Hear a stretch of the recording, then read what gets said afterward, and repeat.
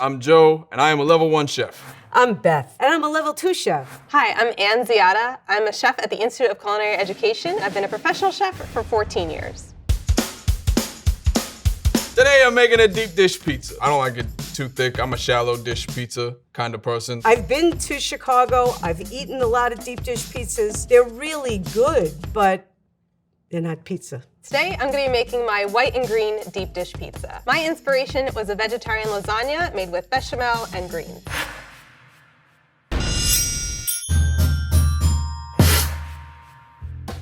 So the most important part of any pizza is the dough. But I've never made pizza dough. You know why I don't? Is because they make it in a bag. I'm gonna do 2 layers of dough. I'm gonna put 1 base layer, I'm gonna put some sauce, cheese, some toppings, and then a second layer of dough. Same thing, sauce, cheese, a couple different toppings. It's like a pizza on a pizza. There's cornmeal in this, and there's butter. And that's what kind of makes it pie-y. First thing I'm gonna do is proof my yeast, the leavener in this recipe.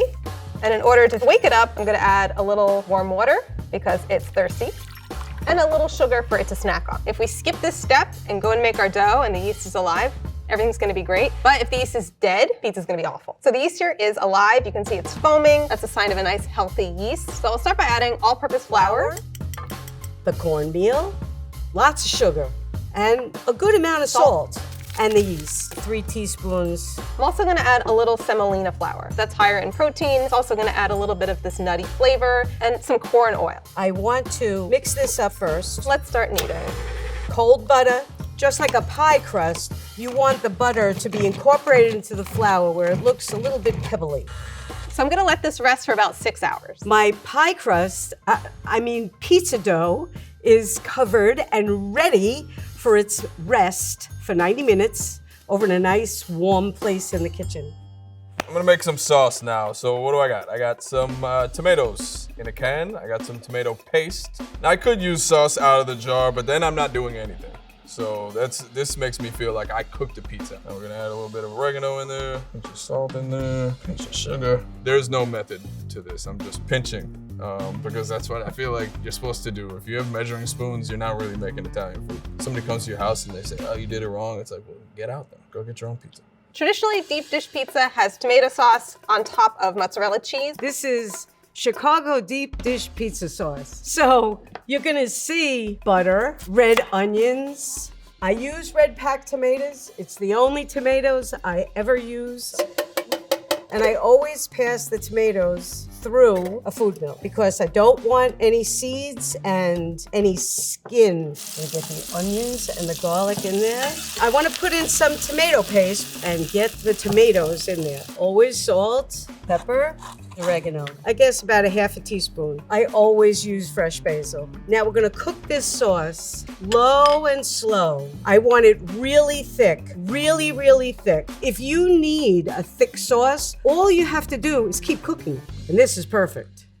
I'm gonna make a white sauce pizza. I love white sauce. I also really love greens and cheese. To me, that is a match made in heaven. So to make the bechamel, I have milk here. So we're gonna add some aroma to the milk here. Fennel seeds are gonna add a little sweetness, a little green character, a little mintiness, and it's gonna really complement the cheese. Peppercorns is gonna add a hint of spice. 1 single clove, it's strong enough to fix the whole pizza, and then 1 bay leaf. So I'm just gonna strain it so it's nice, even texture. So I'm gonna make a blonde roux. A roux is a mixture of fat and flour used to thicken a sauce. Now I'm ready to add my fennel seed milk. I'm looking for it to become much thicker. Nutmeg is a rare spice that loses its flavor with longer cooking, so we always want to add it at the end. This is my favorite part of pizza. It's the cheese. I care about this more than anything. I would eat a pizza with no sauce or dough or toppings because I love cheese that much. Don't skimp on the cheese. No matter what kind of sauce you use, you absolutely need cheese on a pizza. I've chosen provolone and mozzarella. Why did I choose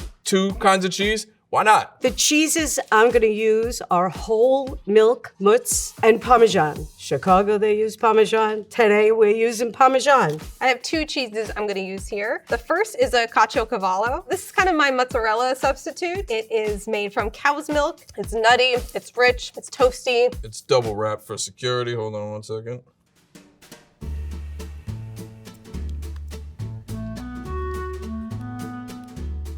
Yeah, this is tight. Nobody's getting into this cheese. Okay, thank you for your patience. Here's the mozzarella. I'm just gonna cut them up real thin. So the middle section will be provolone, and then these slices of mozzarella will be just kind of scattered about, giving it a little extra gooiness, extra cheesiness.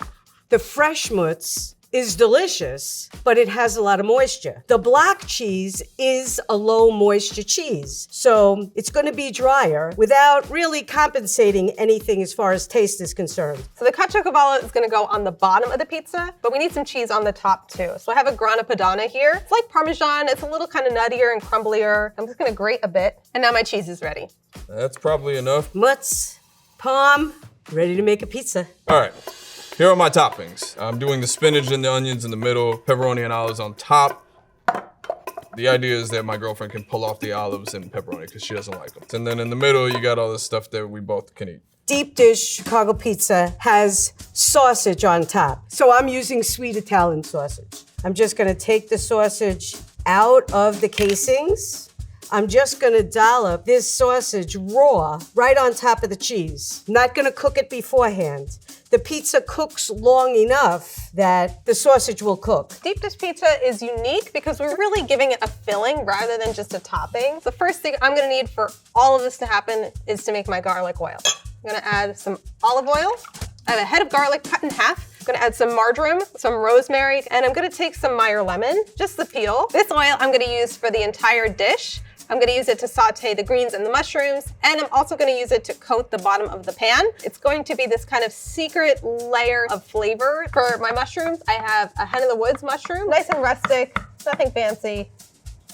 So for the creminis, same idea, I'm just gonna slice through it. So I wanna make sure there is some space for the mushrooms to breathe. They're gonna release a lot of moisture, and if they're all on top of each other, they're gonna steam and get soggy. We want them to kind of dry out. And you can see all the steam, all that water leaving, which is great. So I'm gonna use a little white wine to deglaze. It's gonna add just a little acidity and brightness. It's gonna help me clean off all of that on the bottom of the pan and infuse those flavors back into the mushrooms.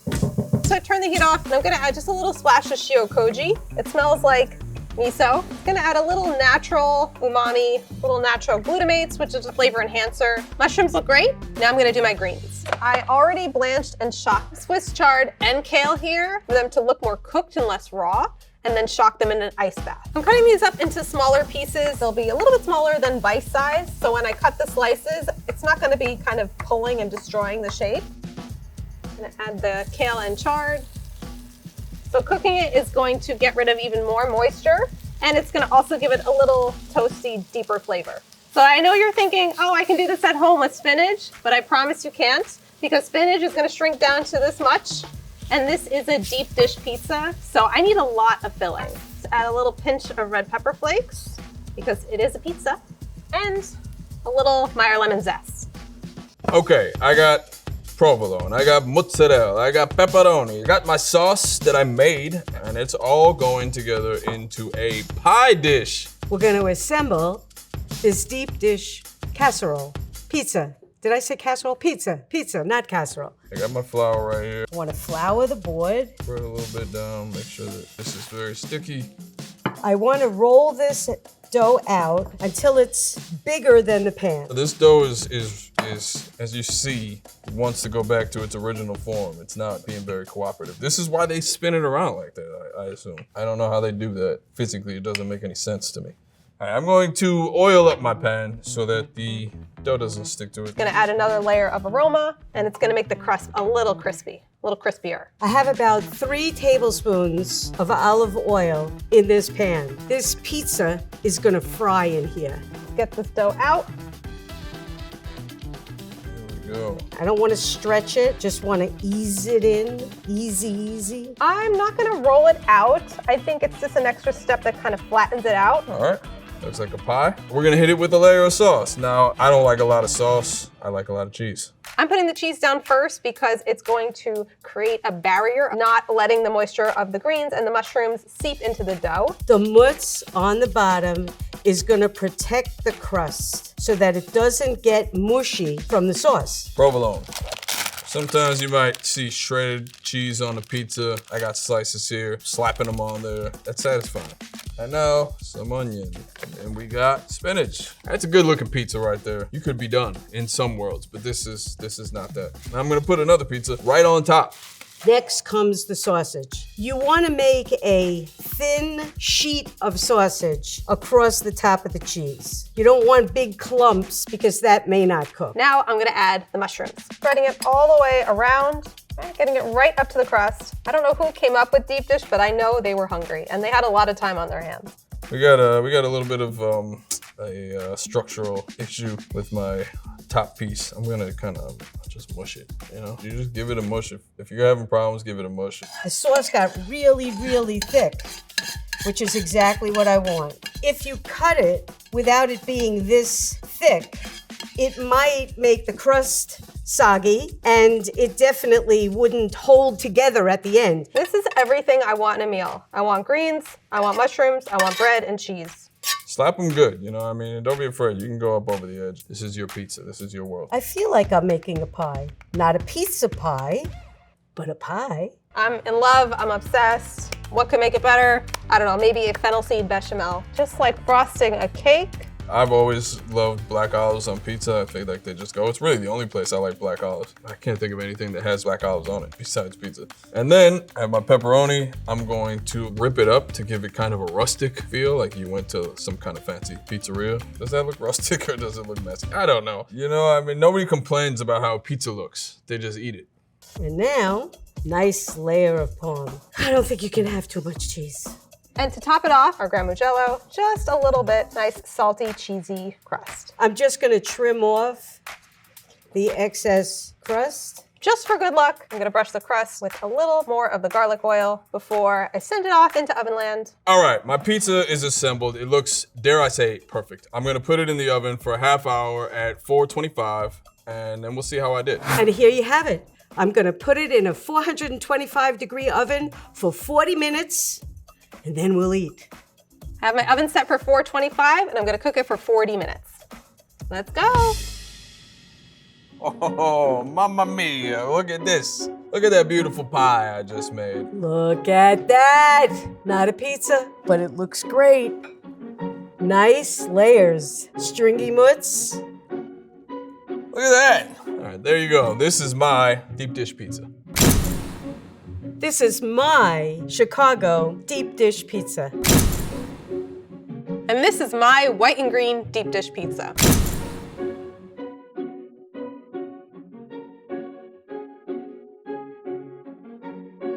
I'm happy with this. It looks good. I see all my layers. I got a lot of toppings, a lot of filling in there. Crust, mutts, sausage, sauce, and Parmesan. You could smell the fennel, you could smell the citrus in the olive oil, and smell the garlic. The cheese looks so good. I want to stop talking because I need to eat this. Oh my God. There's a fork and knife here, but that's exactly how I like it. Like, there's just the right amount of sauce, not too much. There's a ton of cheese, probably too much. This is wonderful. On a cold day, fills you up, warms your belly. It's got that umami from the mushrooms. It has that fresh from the green. Like, I don't know why I feel surprised. I knew it was gonna be good the whole time. But this is so delicious. I really am gonna eat this whole thing. Let's see how each of our three chefs made their deep dish pizza. Joe used commercial pre-made dough. It's made from high gluten flour that's combined with special enzymes and emulsifiers like monoglycerides, so it stretches without ripping or tearing. Beth added yeast directly to her dry ingredients without a proofing step. You can do this with fast-acting instant yeast. It's made from cultured, dried, and ground Saccharomyces cerevisiae, a common strain used for baking and beer making. Ann combined her flour and other dry ingredients and proved her active dry yeast, a required step that tells you your yeast is alive and producing carbon dioxide. That's a sign of a nice, healthy yeast. Beth used a food mill, which both grinds and strains the whole tomato. Ann made bechamel, a classic European white sauce, made by cooking a white roux and adding milk that's hot. The roux, which is equal parts fat and flour, increases viscosity of the milk by gelatinization.